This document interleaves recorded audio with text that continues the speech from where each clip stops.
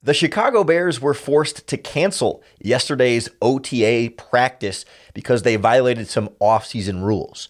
And predictably, the fallout has either been, wow, shows the type of tough coach Matt Eberflus is, or it shows that Ryan Poles and the new regime keep making these kinds of mistakes. You are Locked On Bears, your daily Chicago Bears podcast. Part of the Locked On Podcast Network, your team every day.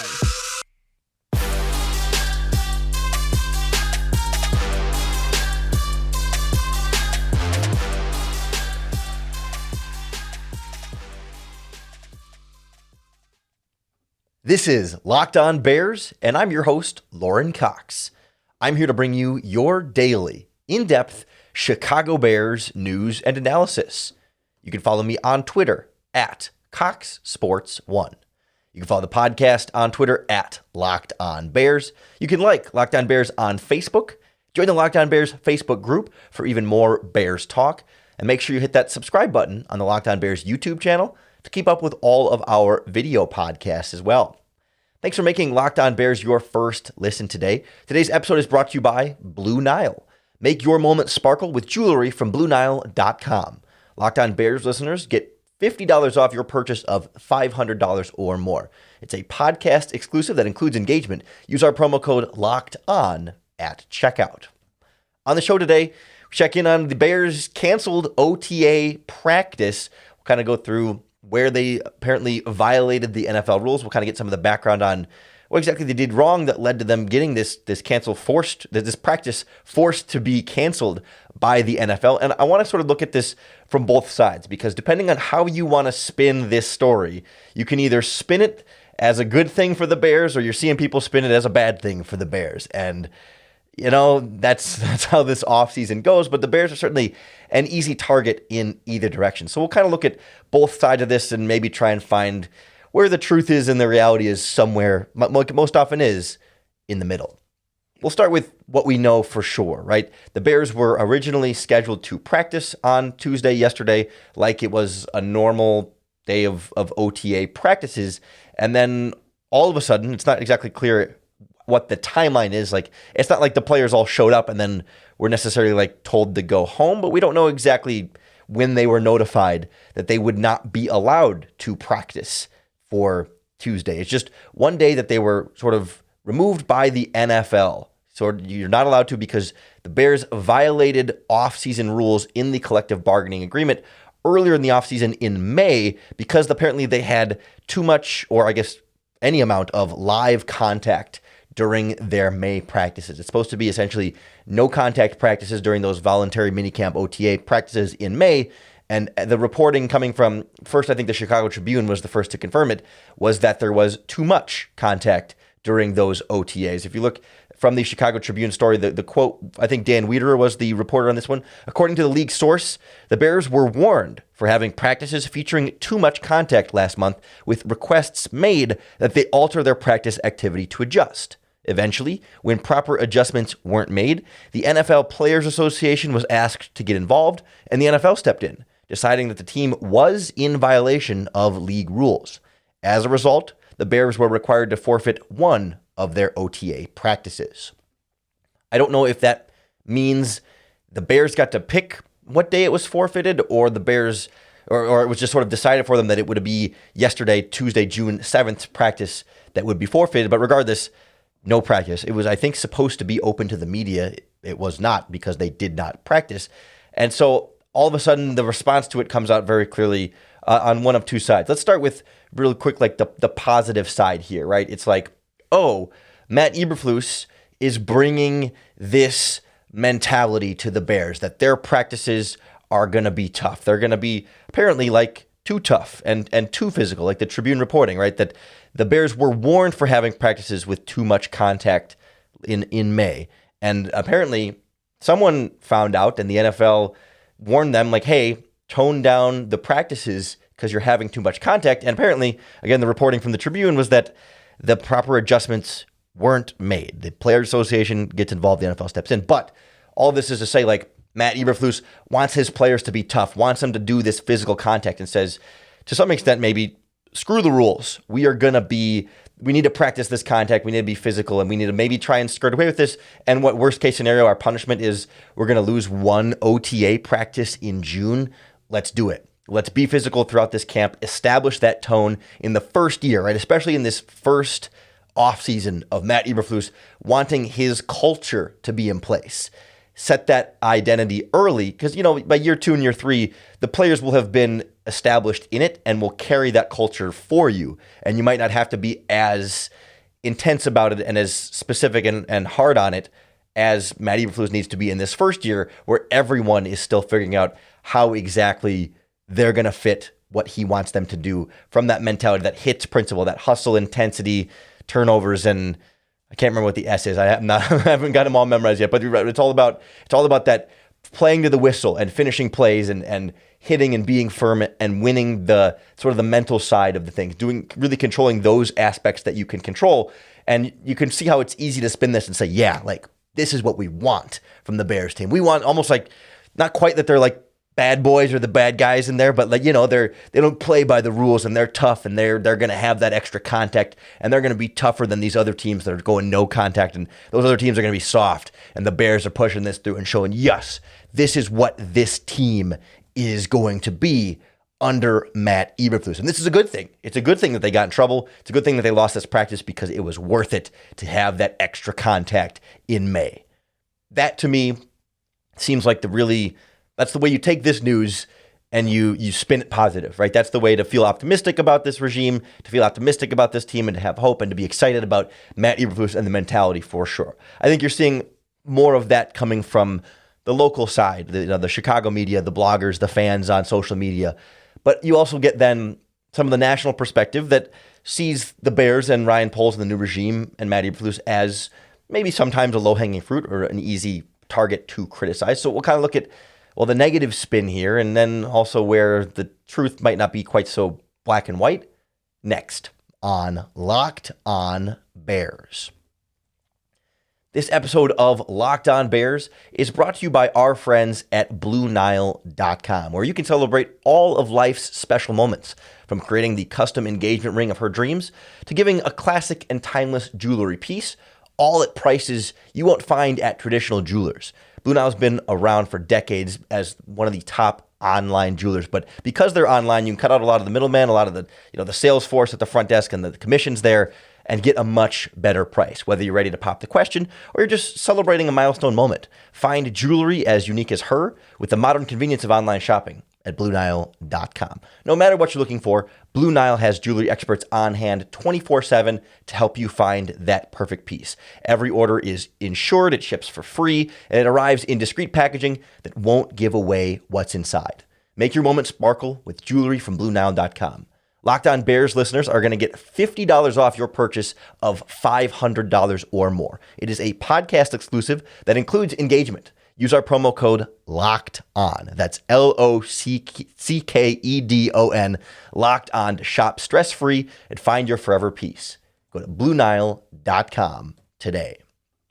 As always, the Locked On Bears podcast is here for you, and we do want to also hear from you. We would love to get your feedback on all of our Locked On Podcast Network opinions of whether it's Locked On Bears or other shows. We're doing a survey right now at lockedonpodcast.com/survey. It won't take very long, and everyone that finishes that survey qualifies to win one of 10 Ticketmaster gift cards for $100. 10 people are going to win $100 for Ticketmaster. Just go to lockedonpodcasts.com/survey. Fill it out. It doesn't take long, and it helps us make our Locked On podcasts even better for you. So we know the easy way to sort of spin this positive. It's, tough, hard-nosed, tough Bears don't care about losing an OTA practice. The alternative spin that we're already seeing is like, Bears are punished for, violating the rules. And that is, by the letter of the law, bad. I mean, technically speaking, violating the rules is against the rules, and being against the rules tends to lead to bad things for your organization. And so you can see where the alternative spin that I've seen from some members of the national media is, Ryan Poles and Matt Eberflus are sloppy. They don't know how to follow the rules. Do they know the rules? Do they know the full CBA? Do they know what they are and aren't allowed to do at practice? And how else might they have violations? It's not the first time this regime has, quote unquote, messed up this offseason. They already, again, if I'm playing the negative spin take here, they already bungled the Larry Ogunjobi situation. They botched that. Their big prized free agent, they messed up and either didn't properly account for the recovery of his foot injury or shouldn't have announced it before they had him attempt a physical or whatever it might be. They messed that one up. They messed up the Nick Foles roster bonus and guaranteed him $3 more million at the start of this league year than they should have. They could have released him or tried to trade him prior to that roster bonus kicking in and potentially saved an extra $3 million on the salary cap that they lost by just cutting him last week. So strike one, strike two, now strike three is they're not running these practices properly. Does this Bears regime know what it's doing? Do they know how to, handle the big picture running a team stuff, right? We know Matt Eberflus knows how to coach defense. He's done that throughout his NFL career. He coached positions, knows the X's and O's of that side of the ball and whatever. Ryan Poles knows, has a lot of history in evaluating players and has had success with that in Kansas City, both on the NFL draft and the pro personnel side. We know they know, at least to some extent, their specific crafts. But when it comes to running an NFL organization and the things that you only end up really dealing with as the head coach or as the general manager, like how practices are run or when players should take their physicals or how you handle those contracts, are they prepared and thorough and pay a close enough attention to detail, or are they going to keep having sloppy mistakes like this that maybe individually you can manage one at a time, but do they keep building up? Do they get worse? Do they become more of these? And do things start to happen in the season when it might have an impact on wins and losses? And you start to look at this pattern of mistakes by Poles and Matt Eberflus. And of course, in this practice situation, I suppose it's probably more on Eberflus than Poles. Poles isn't specifically down there running the practices, but they're both involved. Poles is on the field with them and is involved in the organization of all of this and is Matt Eberflus's boss and maybe the one who's overlooking and overseeing and is who Eberflus answers to. So the buck stops with him at some point here. But, is Eberflus, with all the talk about being disciplined, that's a big part of this HITS principle, right? Of what he's trying to push is hustle, intensity, and discipline and not making silly self-inflicted mistakes.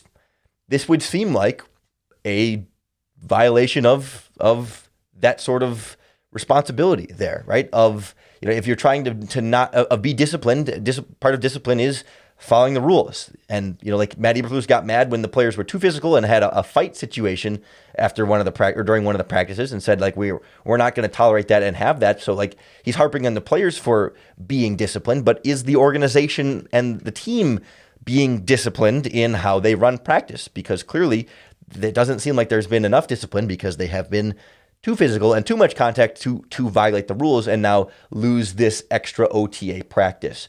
So I think, yes, it can feel maybe a little bit disingenuous when you have that sort of Bears fan perspective and feel like when you see sometimes the messenger of who those criticisms are coming from, and you see perhaps national media voices that have been more consistently critical of the Chicago Bears this offseason especially, then you might be cynical about their criticism in this spot and take it with more of a grain of salt. But I think it's not completely unfounded to have some questions about how this organizational operation is being run and how a mistake like this happens, especially because of how the reporting from the Tribune specified, right, that the Bears were warned and then, as it seems to be, continue to do so to the point where the NFL's Players Association was asked to get involved and the NFL stepped in. And interesting there, when it says the NFL Players Association was asked to get involved, who asked the NFL Players Association to get involved? Because I would think, like, for example, like how does this get out? I mean, does the NFL have people that are monitoring all 32 practices? That I don't know. I would assume probably not, but who asks the Players Association to get involved if not a player, right? I mean, it's speculative. I don't know who asked them, but I would think who would go to the Players Association other than a player. So was there a player or multiple players on the Bears roster that complained, right? Or that saw this contact at practice and notified someone and said, hey, we don't like this, or we shouldn't be doing this, and that led to the discipline from the NFL? That's one of the big lingering questions I have, is like, how does this come out this way? Did it come from the players? Did the league have some monitoring of this? Did a coach, someone in there? I mean, where it's not that practices are closed off from the NFL from seeing it. Just, I don't think, does the NFL have people monitoring every OTA practice all the time for compliance? Possibly. I really don't know. But the fact that it was the Players Association that was first asked to step in and then the NFL just makes me question a little bit here. Like, is there a player who said, hey, screw this, or this isn't right, and let's, does that signal maybe a lack of acceptance or buy-in from some players? Again, I'm not trying to get too off the rails here in terms of speculation and conspiracy and whatever it might be, but those are just questions that are still left unanswered about how something like this happens based on the wording of the reporting that we got. So you can kind of see the good side and the bad side. And I think ultimately the truth probably lies somewhere in the middle, as it usually does in these types of situations. We'll kind of look at more the level-headed outcome of something like this next on Locked On Bears. The Locked On Bears podcast is powered by our friends at Built Bar, the makers of the world's best tasting protein bars ever. I eat one literally every single day, and I have to keep myself from eating more than one a day because I would just go through them way too fast. Because every Built Bar is delicious. They taste like candy bars.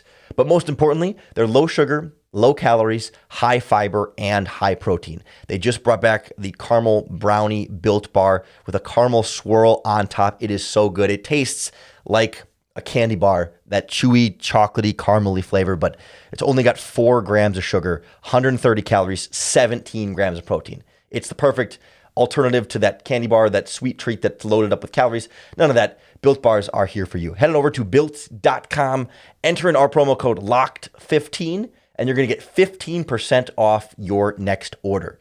That's promo code LOCKED15 for 15% off at built.com. So we've heard this is great for the Bears. We've heard this is terrible for the Bears. A practice in June, an OTAs practice in June, canceled for some rules violations in May. Overall, is it a big deal? You know what I mean? It's a big deal because it's June and there's nothing else to talk about. But if there was anything else to talk about with the Bears, if the media had more to report on here, if national opinionists had more things to give opinions on, if, local Bears fans on social media or local media and bloggers and, podcasters and all that had more Bears transactions or anything else going on, would this be a huge deal? Probably not. That's where I ultimately think I end up coming away with this at the middle. It's like, yeah, I can see where it is good that Matt Eberflus does want his players to be physical at practice. I think that's a positive thing, to take these practices seriously and treat them kind of like preparation for the regular season, and understand that the work that you put in May and June does have a ripple effect and does affect how you perform in September, October, November, and December. And I think that is a good thing. I think it's also not a good thing that they were warned and continued to do it. I think that reflects poorly on Matt Eberflus and Ryan Poles on this regime. I don't think it necessarily fits like the idea of a trend of concerns here, of like mistakes that we talked about. I don't quite buy that as a great logical narrative, because to me it doesn't seem like it's making the same types of mistakes over and over again. It seems like they are mistakes, but I think they're very distinctly different mistakes. It's not like they're doing something and then not learning from the thing they did wrong. And I think it's not fair to expect Ryan Poles and Matt Eberflus to make no mistakes in their first offseason. Yes, like 3 like this is notable, and I think that's my ultimate takeaway from this is nobody panic. It's probably not that big of a deal. There may be some upside here, but let's also keep an eye on it. I think that's fair. I think it's fair to say, yeah, there have been a few blips, and we don't usually notice the little mistakes that a GM and head coach will make in their first offseason. Like usually it's not super public and apparent the way it has been at least 2 of these 3 times. The Nick Foles thing is a little more under the radar. Those are the type of things you might normally experience. But like the Ogunjobi thing was kind of a big public mistake, and this is a little bit more of a, not huge, but still more of a public type of mistake. That's unusual, and I think it's fair to maybe not take away the benefit of the doubt from them, but just, keep your eyes open a little bit more, keep your ear to the ground a little bit more, and just be a little bit more aware. Keep an eye on for other things that might fit in this trend. Like, I don't think it's reached the point of like trends of mistake after mistake is now a big thing we need to be concerned about. No, but I think it's something where it's like, okay, well, we should at least keep an eye on it, right? Make sure that they're not continuing to have these types of little things, because again, I do think there is an aspect of discipline and attention to detail and them showing that they know what they're doing. And I do think it's a little bit disingenuous to be like, oh, well, Matt Eberflus has never been a head coach before, so he just wouldn't know how to run a practice. I don't think that's the case, right? I don't think it's just like a oopsie kind of thing. I mean, he's been a defensive coordinator. All these coaches have coached at practices their whole career. They all know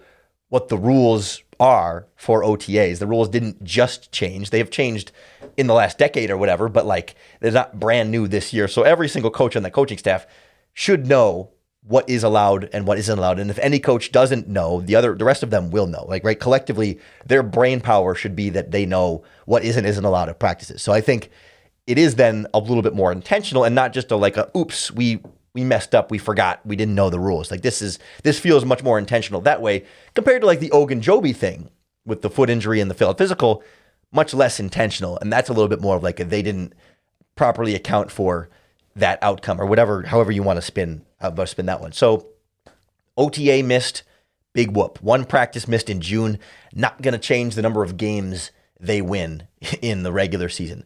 Maybe being physical in those practices in May could have a larger influence. That's what I think.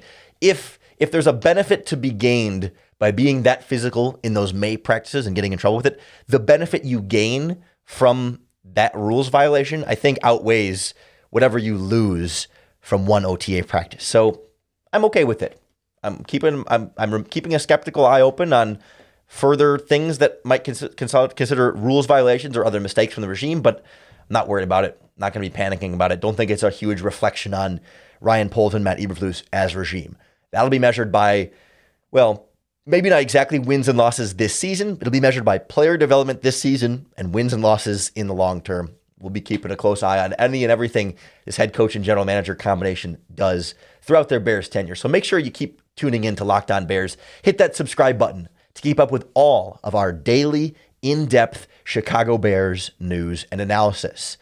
Now we're in off-season mode. It's not quite going to be fully daily like normal. Just for June and up to training camp in July, we're going to cut down to 3 days a week, unless there's some kind of big Bears breaking news that we need to chime back in for. We're certainly not going to leave you hanging and wait an extra 4 days or whatever it is to get to the big story if and when there are big stories. But other than that, we're slowing down just for a little bit here, taking our off-season slow down. But hey, we're still here to help you bear down. We're still here to make things a little bit easier this offseason. Appreciate you tuning in. And as always, we're always going to be here to help you bear down.